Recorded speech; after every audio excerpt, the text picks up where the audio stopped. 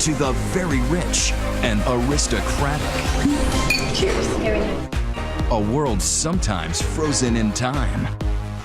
And wonder how you'd feel in white tie and tails, living it up with a real-life Earl and Countess? We're revealing the mysteries of the castle, the real Downton Abbey. It's its own rather amazing world, really. Plus, other opulent homes, eccentric dukes, I became captain of the Scottish elephant polo team. Who knew there was one? I didn't. and the woman who's becoming the first black Marchioness in England. Race doesn't need to determine who you are. Tonight, you're invited to her over-the-top wedding. I am a McQuiston. I think every little girl dreams of a fairy tale wedding. Tonight, nothing is off limits. Don't put that on camera. So tell the butler he can retire for the evening. You're watching 2020's Mysteries of the Castle, Beyond Downton Abbey. Here's Amy Robach. Good evening. It is a world frozen in time indeed, as so many parts of the country are frozen tonight too. So what better place to curl up with a cup of tea and a roaring fireplace than Downton Abbey? Millions of you have been tuning in for the intrigue and romance this year and can't wait for the big season finale tomorrow night on PBS Masterpiece. So join us now for your first-class accommodations to the real Downton Abbey. 70 miles outside of London, in the rolling hills of rural England, is Highclere Castle, home of the hit series Downton Abbey. Who knew that this castle, with its high-priced decor and high-toned staff, would give birth to a TV smash? Was Highclere Castle the inspiration for Downton Abbey? I've always loved it as a house. I find it very intriguing. Highclere Castle is far more than just a fictional set on Downton Abbey. The Carnarvon family has lived here for 300 years. But in the 21st century, this is still the home of a real-life Earl and Countess. It's the centre of our lives. How many rooms are there? I don't know. There's 200 or 300 rooms in the house and 50 to 80 bedrooms. Give or take 30. Yes. The house has always welcomed people, from prime ministers, kings and queens. The Carnarvons have lived here for centuries, but it's the aristocrats, the Crawleys, that fans of the show have grown to know and love. Welcome to Downton. The Earl of Grantham, his wife, Lady Cora, and their 3 daughters, a mashup of period drama and pure soap opera. I'm not what you think I am. Downton was the surprise PBS hit that dished the dirt about the Granthams, an Earl's family struggling to keep family and fortune intact. Oh, good. Let's talk about money. The series, set in the early 1900s, has lords and ladies of the manor dressed to impress. Historically correct? How important is it to you to have it be as historically accurate as possible? Oh, I know it's very important. Even if you don't know anything about that period, there's something about it that you sort of think, I can believe this. I understand how it works. Of course, Downton's decadent way of life requires an army of servants. Cooks and kitchen maids, footmen and valets. People who lived the upstairs life grew up with these servants around them, but they were like, well, they were from another planet. They weren't exactly human. Upstairs, they're invisible. Downstairs, they're the main event. We're servants, you and me, and they pay us to do as we're told, that's all. If you've ever wondered how a housemaid would get to Downton, the Lady magazine was the LinkedIn of the servant set. What am I to do? Why don't I put an advertisement in the Lady? It's always the best place to start. Employment ads for the wealthy family since 1885, and they're still going. From cooks to housekeepers like Mrs. Hughes, here's a real ad from 100 years ago. She will require great judgment to bear herself prudently, courteously, and with tact. She may find it difficult to withstand and overcome the jealousies and bickering of the inferiors in the household. That just goes to show these households were full of bickering, backstabbing, and people trying to get one over on each other. What's interesting is that in the servants' hall, the hierarchy was just as strict as it was upstairs. So butlers at the top. At Downton Abbey, Carson, the starchy butler rules the Crawley household with a prim and proper fist. Downton is a great house, Mr. Bates. His real-life counterpart is Colin Edwards, who served 3 generations of earls. I'm the castle butler. I look after the family, the dinners, the lunches, the breakfasts. Generally, just make sure that they have everything that they require. And who taught him how? The butler to the Queen. You need a lot of practice to be able to set out a table, present yourself to the guests. I don't lay the table like this at home. Once upon a time, Colin served only the private needs of the Carnarvon family. Today, Highclere rents itself out for parties, corporate events, and weddings. Yes, for just $25,000, anyone can get married just like Lady Mary. Can you imagine what the Dowager Countess of Grantham would say at the idea of someone, you know, from the village getting married in Downton? Yeah, the very idea. One new revenue stream, tourists chasing down dreams. Okay, so welcome to Downton Abbey tour. Remember, you can't take photos inside the castle, but they do have a guidebook that you can purchase. So during the tourist season, Colin's white gloves are off. £28.50, please. Thank you. In one way, I would prefer if it was more family orientated, but the family wouldn't survive without all the corporate work that we do. This is now a business. Gravy? Yes, please.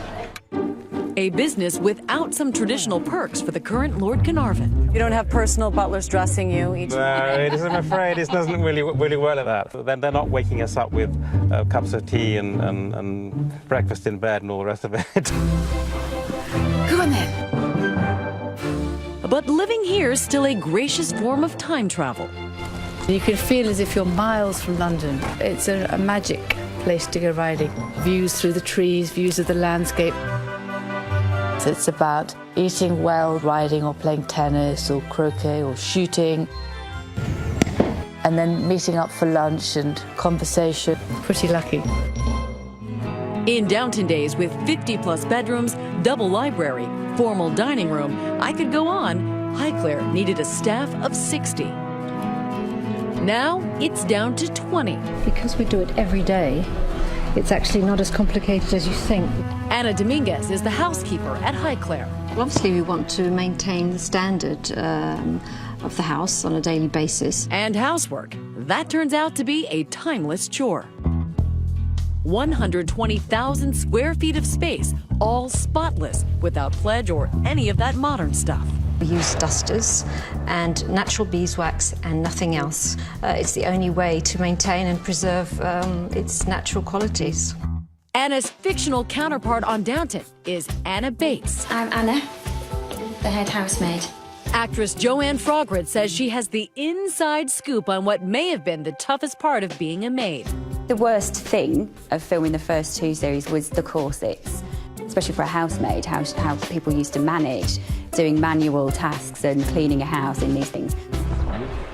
In the series, viewers cheer for the downstairs folks, but let's face it, we dream of being the ones drinking the champagne, not pouring it. When you watch something like Downton, you know, you might imagine that you're Lady Mary or the Earl of Grantham or, you know, upstairs. I don't think anybody watches it and think, oh, really wish I was Mrs. Patmore, or I really wish I was the kitchen maid, or, oh, I long to be a footman. When Mysteries of the Castle Beyond Downton Abbey continues. A glittering new jewel in aristocracy's crown. I think every little girl dreams of a fairy tale wedding. She's becoming the first black Marchioness in England when we come back. But first, have you ever wondered how much it would cost to live it up like the Downton crowd in today's dollars? With gas and electricity, oil, water, insurance, maintenance, all the staff, security, and every other incidental. According to one estimate, the grand total comes to almost $700,000 a month. That's over $8 million a year.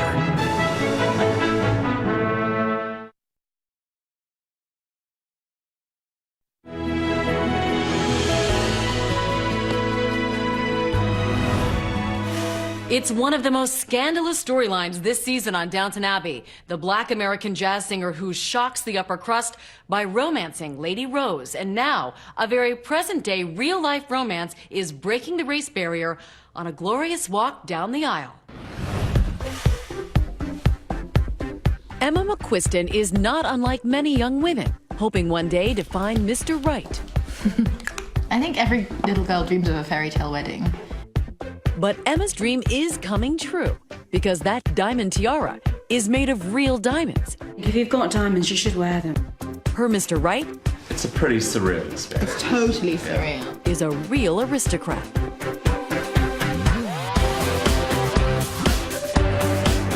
This summer, when the glamorous Emma married Ciaran Finn, the Viscount Weymouth, she was making history. I, Emma McQuiston. Why? Well, the wedding was what you might call big. 355 guests, a staff of almost 200, the affair taking place on his estate called Longleat, the biggest private home in England. Grand? Yes. But what made it historic is the fact that Emma is breaking the race barrier, about to become England's very first black Marchioness. That's the wife of a Marquess, just one step below Duchess. The match made news. Emma understood why. It is noteworthy that I will be the first black Marchioness. She told Tatler magazine back in May, just before the wedding, there's class, and then there's the racial thing. It's a jungle, and I'm going through it, discovering things as I grow up. But today she seems more at ease. We did the wedding pictures in here. Yeah. As she told us in her first American television interview. You know, hopefully race doesn't need to determine who you are, what you're like, or where you need to be. Of course, it should be irrelevant. If we're going to think about it, I think we'll have to think it's a good thing, surely. Royal watchers agree. I think everybody who saw the pictures of the first black Marchioness, Lady Weymouth, I think everybody was rather thrilled, actually, because it felt like at last the aristocracy was beginning to represent, you know, the country as a whole. It was at another family wedding that the two first met as children. She was just 3 years old. In my mind, Emma was always a child or a teenager, you know. And we re-met, and Emma was now an adult, and a new dynamic ensued. The little girl he remembered had blossomed into a bombshell. It was like, wow, you're Changed. definitely not 15 anymore. You know? So, yes, there was that wow moment. Though a commoner, Emma comes from wealth. Her mother is a British socialite, and her father an Oxford-educated Nigerian oil tycoon. Things get really interesting on Ciaran's side of the family. His father is Alexander, the notorious Marquess of Bath. He's quite a sort of flamboyant character. He basically looks like something out of Harry Potter. Long hair, beard, you know, incredible robes. Wait a minute. Very gaudy clothes, a cross between Dumbledore and Gandalf. He has had a series of wifelets, he calls them, which are basically mistresses who live in various parts of the house. He's covered Longleat with these very large, very lurid, sometimes quite pornographic murals that he's painted himself. So here you are, you're in your beautiful 18th century stately home, and your dad has painted naked women all over the wall. You can see that might be quite challenging. What's the other one called? Alfie. Alfie. Yeah. Compared to their parents' generation, Emma and Ciaran seem, well, downright traditional. I think we just want it to be classic and timeless. And although they do have staff, it's nothing like the days of Downton Abbey. These are the original bells that they would have pressed, like Downton Abbey. We don't use them anymore. But they do have help, and Emma needs it. Isn't it great? Now that the wedding is over, it's time to redecorate. Then also we need to find some side tables. For most of us, that might mean a trip to IKEA. For Emma, it involves a journey through the huge house to find what's been stored away. It feels quite magical up here.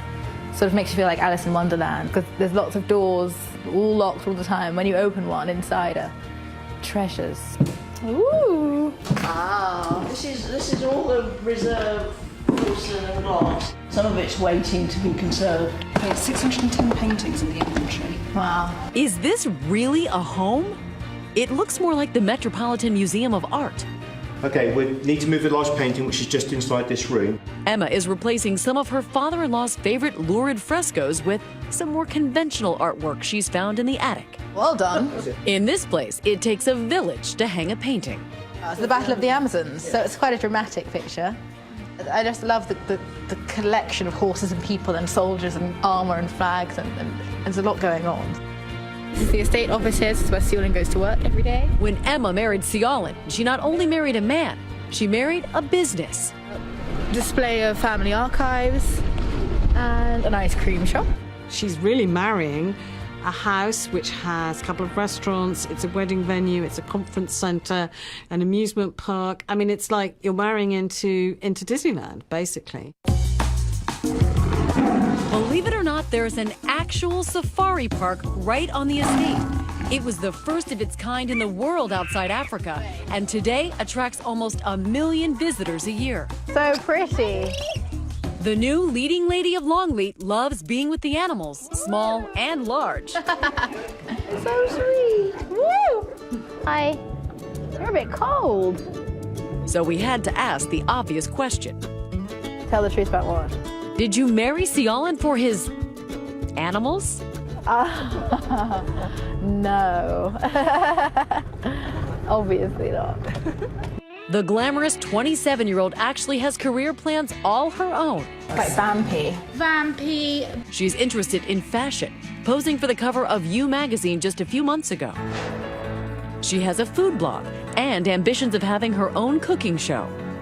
While we were there, she whipped up one of her specialties. I'm making some ravioli for dinner. I'm using crab. It's best not to overfill them. Put these into the boiling water. There you go. Ta-da!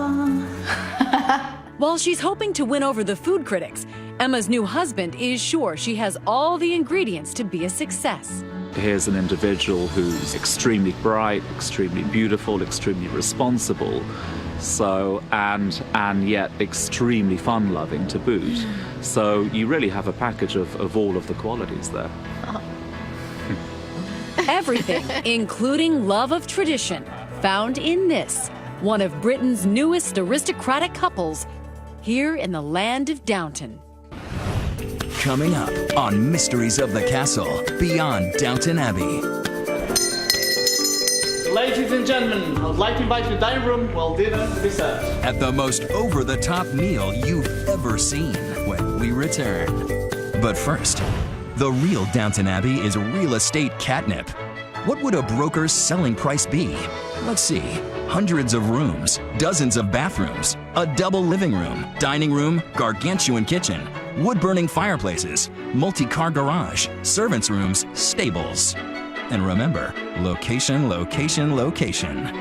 According to one estimate, asking price would be over $400 million.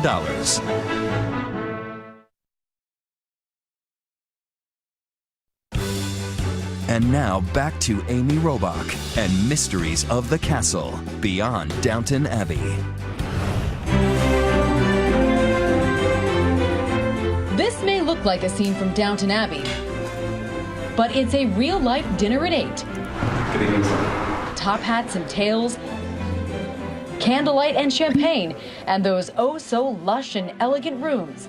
Highclere Castle, where Lord and Lady Carnarvon still party like it's 1910. Tonight's bash is a fundraising event held by Galactic Unite, a charity that helps provide science, math, and technology education to children around the world. I'm waiting for Carson to walk in. Where is he? To find Carson, you have to go to a place hidden deep beneath the castle. This is the command center for downstairs at Highclere.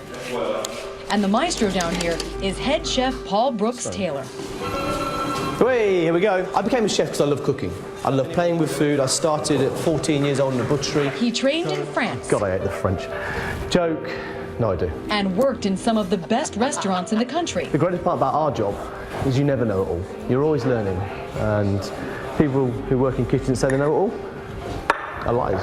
Chef Paul runs his kitchen like a general. Can we have a quick chef's briefing, guys, please? Briefings. Almina's chocolate fondant and honey ice cream. Orders. Cling film, squeeze it. How's the turbot? Richard, I'll pour in. Lots of orders. 56 degrees, okay? Must be 56 degrees. No problem, chef. You've got to love it. If you don't love it, do a different job. please melt. We've got... Paul and his team are busy planning a 5-course period dinner for tonight's event. Dinner at Downton, if you will. Often Paul's cooking is inspired by old family favorites. This is one of the family recipes that Lady Carmen has given to me. I believe it comes from Lady Almina. It's a... We kind of tweaked it. It used to be like a chocolate sponge, quite enriched with really nice chocolate. He wonders whether Mrs. Patmore could ever serve a dish like this. Is it fair to say that women back then did more cooking than men? Yes, probably. Were they any good at it? Probably not. Do you? Notice the difference? The kitchen, once ruled by women, has now been taken over by men. Today's kitchens are run by men because we're committed, we're passionate, and we want to be the best we can be. That's what we do, that's what we're paid for, and touch wood, so far, it's never gone wrong. 9 hours before the dinner guests are to arrive, the flowers do, carefully selected by the royal floral decorator Paul Thomas. When you're working in a room like this, you mustn't try and do anything contemporary. For this night, the dining room table will become the centerpiece of Highclere Castle. The room is a sort of lovely soft gold colour, and it would be wrong to put more of that in. We need to put something to contrast, so red is a great colour. While Paul fawns over the flowers, Correct, thank you.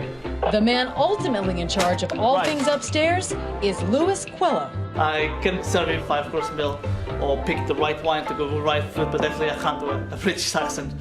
Not just yet. A native of Portugal, Louis lives on the estate and has been with the Carnarvons for 5 years. He must ensure everything on the table is perfectly placed. Every knife and fork, Dessert, main, consommes, fish. every glass. I mean, what they do on TV on Downton Abbey is something that the family's been doing for more than 200 years. We like doing perfect. I mean, the food is very good, the service needs to be very good. And we are very tough with ourselves. We triple check so the Lord and Lady Carnarvon don't have to be hard with us. Louis knows his job so well, he was even telling the set designers for Downton Abbey a thing or two. We did give him some tips actually at the beginning, first series. They kind of had the glasses the other way around. Glasses wrong way around? Can't have that. Yeah, but you're quite right. There's a tiny table setting crisis when Louis and Paul discover the candelabra is not exactly centered. No, the candelabra has to move a centimetre over that way. A centimetre? Seriously?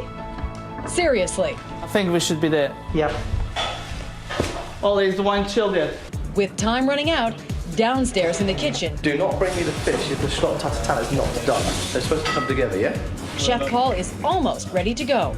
It's about an hour till canapes go. Everybody knows what their role is, so I don't interfere. I'll go down and check out how the kitchen's doing and say hello.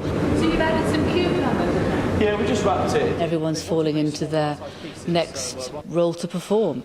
Upstairs, Louis reviews his troops. Going over the menu, The first wine will be the Chablis Premier Cru, and we'll serve that before we serve the starter.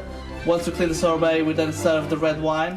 We'll then serve the venison. And who is serving whom? Position 1, 2, 3, 4, 5, 6, 7, 8. At 7 p.m. sharp, the first guests arrive. How absolutely lovely, thank you. It's going well. I mean, we just put the butters on the table. We're just about to light the candles, but we're ready. So we got about 10 minutes before they go on a tour, and then around 8 o'clock they should be here. All in, looking good. A few final touches. You have to admit, this table does look absolutely perfect. Ladies and gentlemen, I would like to invite you to the dining room while dinner be served. Coordination between downstairs chefs and upstairs servers is key. The veggie on 3, veggie on 6, please. Everyone knows their job. The guest job, to enjoy. It's lovely. There's so much history here. Wraps itself around you, and it's spectacular. I'm so thrilled that we had the opportunity to come. I think it went very well. I mean, the wine was good, the food was good, service was good. I think all the guests are very happy. We did it. The team, again, have made me look very good, which is lovely. But it's a team effort. It is good fun, and there's hopefully a lot of laughter, and I love bringing people together, and that is the joy of a place like this. So it's a phenomenal tradition. A phenomenal tradition in a timeless place called Highclere Castle. When we come back, he's a duke, a dad, he's carried the Queen's train. I bought my first bicycle with the money that I earned from it. Yeah. From carrying the Queen's train. That's brilliant. Yeah. A Duchess and Duke roll up their noble sleeves to save the estate. When Mysteries of the Castle Beyond Downton Abbey continues. But first, you may recognize this classic British village. But this isn't the real village by the real castle. To get to the town next to Downton Abbey, you'd have to do more than stroll down the road like they do on the show. You'd have to walk 44 miles to get here, to the picturesque town of Bampton. Recognize this church? This is where Lady Mary and Matthew Crawley finally tied the knot. Today, people flock here to exchange their own wedding vows.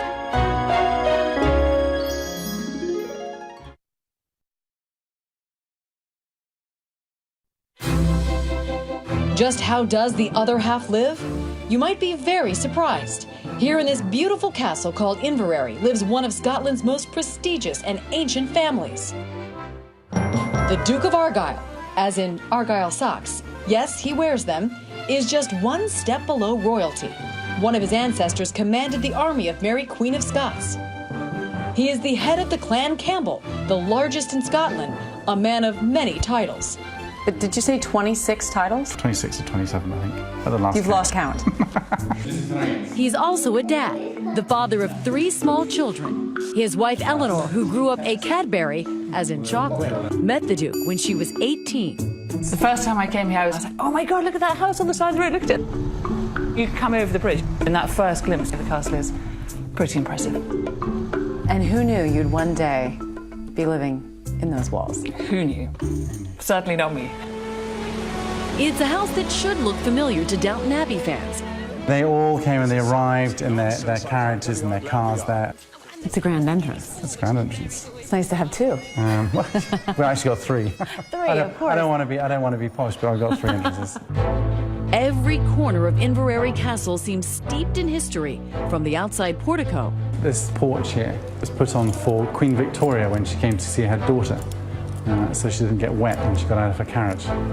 Oh my God. To semi-secret places, like these hidden stairs where staff could maneuver through the house unseen.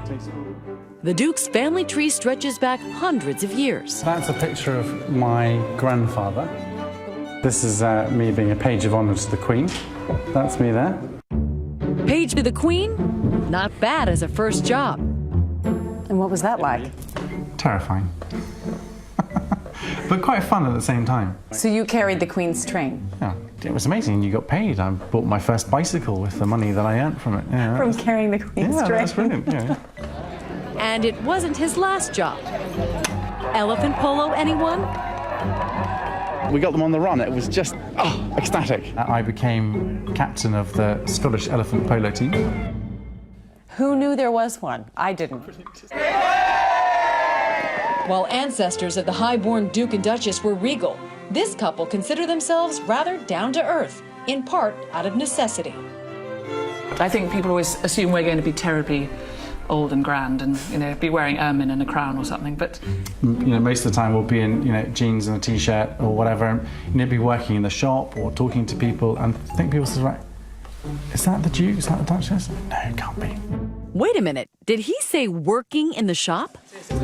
That's right. While the Duchess sells souvenirs in the basement, the Duke wipes up mud off the steps and lords over repairs to the electric gate. But I think some water's gone into it and it's decided to stop working. There's always something that needs to be fixed. You're never finished. No, it's always ongoing. Rather than a life of simply being catered to by staff, this couple has put themselves and their home to work. You are a working Duke and Duchess. I mean, you roll up your sleeves. You have to in a place like this. Today we open from 10 o'clock in the morning to 6 o'clock at night, 7 days a week, and it's run as a business. We're here to keep the roof on. Along with the daily tours costing about $16 per person, there's the gift shop supervised by the Duchess herself. I took it over from my mother-in-law 2 years ago. And it's great, we try and sell as many Scottish-made things as we can. Because we get candles from the Isle of Skye, which isn't so far from here. So supporting the local economy as well, the local artisans. These are here- hot items. What your- I still don't think this would get my husband to cook. I'm just saying. Every dollar counts, so the Duke takes the time to sign books himself. A couple of years ago, we were sort of wondering why some of the guidebooks didn't sell quite as well as they should do. And someone said, well, you know, why don't you sign a couple and see what happens? And of course, as soon as I signed them, people just picked them up. Another revenue stream? Giving guests a taste of one of the famous traditions of the estate, also featured on Downton Abbey, deer stalking. It's quite a simple process, actually. Don't let them hear you, see you, or smell you.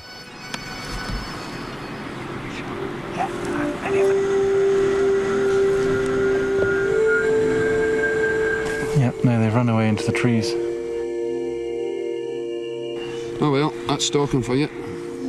Some days you get lucky, some days you don't. While the Duke and Duchess here are especially hands-on, Inverary Castle is hardly unusual. Like the other major set used for Downton Abbey, Highclere Castle, it's a tourist attraction. Of the more than 1,500 great estates in Britain, more than half are now open to the public, advertising for weddings, tours, and conferences. They also rent out as film sets. The Duke of Argyll says he lobbied to draw Downton's producer to Inverary. This is the main armoury hall of the castle. And I really remember this from Downton Abbey. They came in through the garden, through there, and into here. There's no doubt the exposure on the series has paid off. Fantastic. This was used for all the publicity for the Christmas special. I loved your idea, though, possibly about putting a cutout hole and... A cutout hole so you two can be part of the Downton Abbey. I don't think they'd let me do that, but it would be quite funny. I think it would be quite funny, too. Despite all the tourists wandering about day and night, the Duke and Duchess have managed to keep at least part of their castle a true home. This isn't part of the tour. This is all completely private now, so once you get onto the Campbell Tartan, then you're on the private side. They took us on a very personal behind-the-scenes tour. Many things reminded you this is no normal house, like stair railings built to accommodate those big hoop skirts of days gone by. But there is the normal stuff of a normal house, coats and shoes on the floor. I love looking at the weaponry and then the kids' bike helmets. You know, we've got spears and fishing rods. And then we've got princess stickers. Very cute model airplanes. I had to chuckle when I walked by because I feel like, doesn't every home have a jar of change just in case? The lady of the house even does her own laundry. Times have changed. You don't need a housemaid anymore. You don't need a whatever. I can load a washing machine. So can he. So can the kids. At times, the public and private do collide. At night time, off when you're having your supper and you're engrossed in whatever is on the television that night. You know. And they all can just and you peek suddenly in. turn around and there's this, hi. You're in a bit of an aquarium. I think so. One of the things that we're very proud of is the fact that this is not a museum, it's a family home. This is where we live. We're part of it. For those who say, do we really need dukes and duchesses in this day and age? You say what? I see myself as running a business. I just happen to have a name that I've inherited. So, it's my duty and responsibility to keep to those traditions. And so the tradition of keeping up tradition continues. The land, the great house, the sounds of Scotland living on in the oldest son, the castle's young heir, who's just started learning to play the bagpipes. That sounds pretty good. He's got to do 20 minutes. That's a special treat, though, I imagine, for the visitors to know that a real family lives here. I think it might be more of a treat when he's learned a bit more. At the moment, it's quite limited what he's coming up.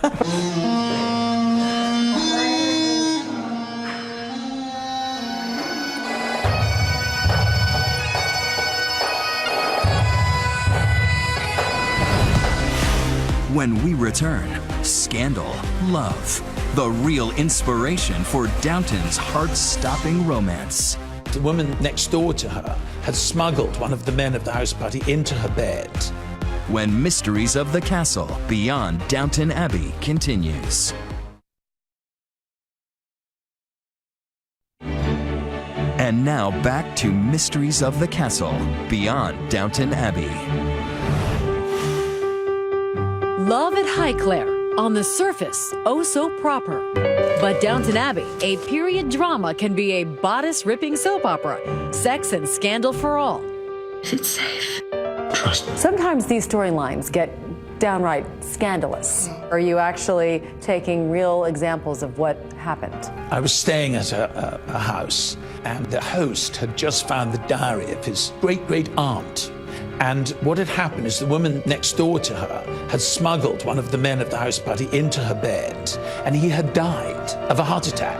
That was the origin of the Turkish diplomat. Lady Mary's one-night stand with Pamuk, a Turkish diplomat, ends badly. He was alive and suddenly he cried out and then he was dead. The scene of that scandal is one of the most popular attractions on the tours at Highclere. They want to know where the bedroom is where the little incident with the Turkish diplomat took place. Definitely, yeah. So they love it when we show them the very red room upstairs where he was dragged back to.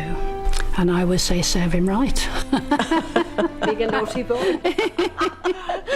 One of the most provocative stories of all is the relationship between Lady Sybil and the family chauffeur. For now, God knows it's enough that I can kiss you.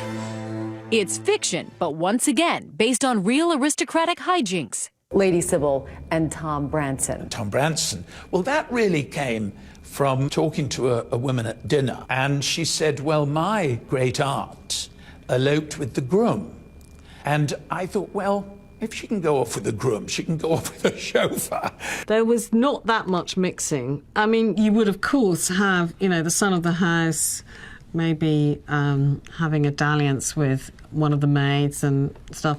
But it's very, very rare for those kind of romances to end in marriage. Can I kiss you before I go? There was quite a bunch of soap operas going on inside Highclere as well throughout the years. There have been lots of stories and... Some are definitely unprintable. I believe some have been, you know, taken and used in the show, sprinkled in here and there, because it is quite a history. In the series, a maid sleeps with a convalescing patient when World War I turned Downton into a hospital ward. What the bloody Ethel! We were only... I know precisely what you were doing, Major. Same thing happened at the real Highclere Castle with the Countess at the time, Lady Almina. Well, funnily enough, during the hospital scene in the second series, an Auburn-haired nurse did have a relationship with one of the patients, and Almina walked in on them and walked out again, and she had to ask the Auburn-haired nurse to go, which all the other soldiers found very upsetting because she was very pretty and a very nice addition. But along with all the Downton scandals, true love blooms beneath the servants' stairs. The lady's maid, Anna, and the mysterious wounded valet, Bates. With this ring, I plight thee my truth. We found a real-life Anna and Bates in a tiny rustic lodge on the estate.